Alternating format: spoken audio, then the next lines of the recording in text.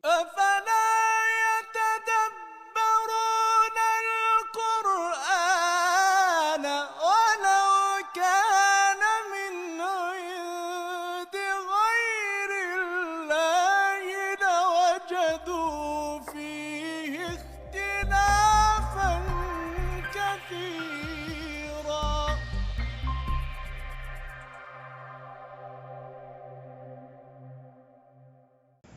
Bismillahirrahmanirrahim. Assalamualaikum warahmatullahi wabarakatuh. Alhamdulillah, wassalatu wassalamu ala rasulillah, wala hawla wala quwata illa billah, amma ba'du.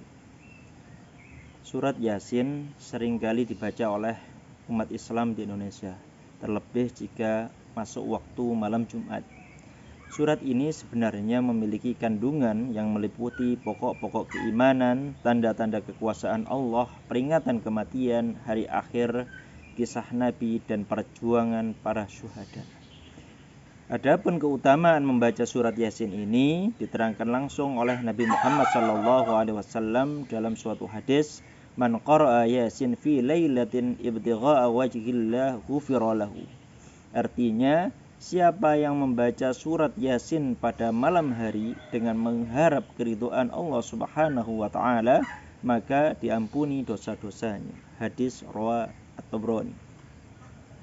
Menariknya, dalam surat Yasin ini terdapat beberapa ayat yang menerangkan tentang fenomena alam.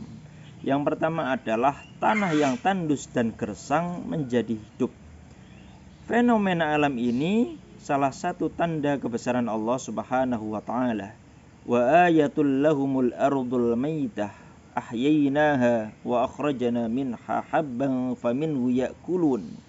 Dan suatu tanda kebesaran Allah bagi mereka adalah bumi yang mati atau tandus. Kami hidupkan bumi itu dan kami keluarkan darinya biji-bijian. Maka dari bijian-bijian itu mereka makan.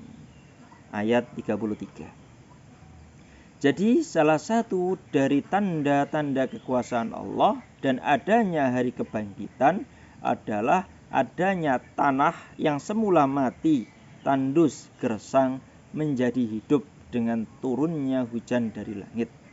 Bermacam-macam tanaman pun tumbuh sehingga menghasilkan bahan makanan bagi manusia dan makhluk lainnya yang ada di bumi ini.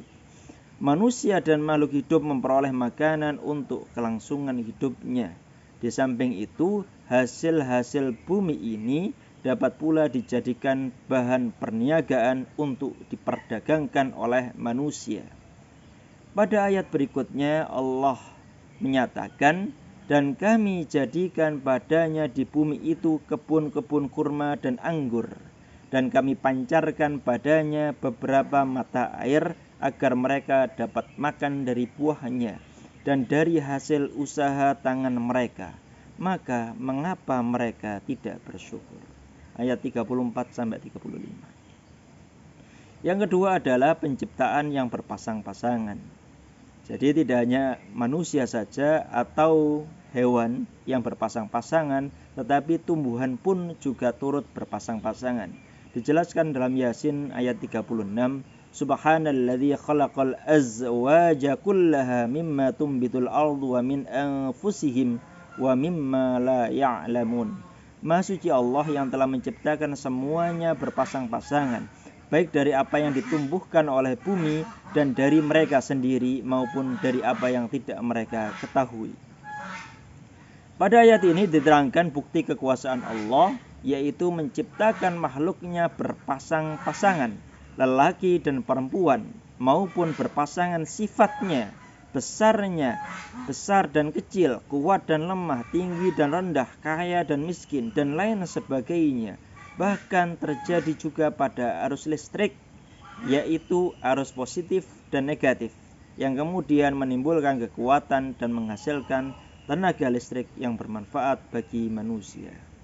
Yang ketiga adalah peristiwa siang dan malam. Allah menceritakan dalam ayat ke-37, wa ayatul lahumul lailu naslahu minhun nahara fa idzahum mutmun. Dan suatu tanda kebesaran Allah bagi mereka adalah malam. kami tanggalkan siang dari malam itu, maka seketika itu mereka dalam kegelapan. Jadi pada ayat ini Allah menjelaskan bukti yang lain tentang kekuasaannya, yaitu adanya waktu malam. Allah melepaskan siang dan mendatangkan malam. Tiba-tiba manusia berada dalam kegelapan. Jadi ayat ini meletakkan dasar-dasar bagi ilmu pengetahuan alam dan ilmu falak, yakni terjadinya siang dan malam karena bergeraknya tata surya dan bumi kita, terutama bumi dan matahari, sehingga bagian bumi yang terkena cahaya matahari mengalami siang dan bagian yang tidak terkena cahaya matahari mengalami malam, dan hal ini silih berganti setiap harinya.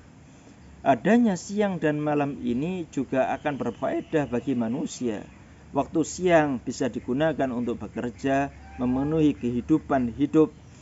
Kemudian waktu malam digunakan untuk istirahat dan ibadah. Pada ayat selanjutnya Allah menyatakan, tidakkah mungkin bagi matahari mengejar bulan, dan malam pun tidak dapat mendahului siang. Masing-masing beredar pada garis edarnya. Ayat ke-40. Yang keempat adalah kapal penuh muatan berjalan di tengah samudra. Ini kan unik ya. Jadi dalam surat Yasin ayat 41 Allah berfirman, wa ayatul lahum anna hamalna dzurriyyatahum fil fulkil mashhun. Dan suatu tanda kebesaran Allah bagi mereka adalah bahwa kami angkut keturunan mereka dalam kapal yang penuh muatan. Jadi kapal yang berlayar di tengah lautan ini adalah bukti kebesaran dan kekuasaan Allah Subhanahu wa taala. Kapal yang mengangkut manusia dan barang-barang penuh muatan berjalan dari suatu negeri ke negeri yang jauh. Jadi orang pertama yang membuat kapal adalah Nabi Nuh alaihi salam. Kapal itu dibuat atas perintah dan bimbingan Allah Subhanahu wa taala. Dan kami ciptakan juga untuk mereka angkutan lain seperti apa yang mereka kendarai. Yasin ayat ke-44. Lima adalah fenomena api dari kayu yang kering. Pada ayat 80 dalam surat Yasin Allah menyatakan bahwa Allah menjadikan api dari kayu yang kering untuk keperluan manusia. Alladzi ja'ala lakum minasyajaril akhdari nara fa idza antum minhu tuqidun. Allah menjadikan api untukmu dari kayu yang masih hijau, masih basah. Maka seketika itu kamu nyalakan api dari kayu itu. Maksud ayat ini adalah Allah menjadikan api untuk manusia dari kayu yang semula berupa pohon basah dan hijau. Begitu kayu itu kering, maka seketika itu dapat menghasilkan api dan mengambil manfaat darinya. Kalau kita telik dalam masa lalu, dalam kehidupan sehari-hari orang Arab mengetahui bahwa ada beberapa jenis kayu yang jika digesekkan antara satu dengan yang lainnya akan memercikkan api. Nah, inilah tanda kebesaran Allah untuk manusia agar mereka bisa menghangatkan badan, bisa memasak, bisa menggunakannya untuk penerangan dan berbagai kebutuhan lainnya. Jadi ada 5 keterangan dalam 5 fenomena alam dalam surat Yasin ini. Jika kita tadabburi dan renungkan ayat-ayat ini, maka tidak ada alasan bagi kita untuk tidak bersyukur. Maha suci Allah dengan segala firman-Nya. Assalamualaikum warahmatullahi wabarakatuh.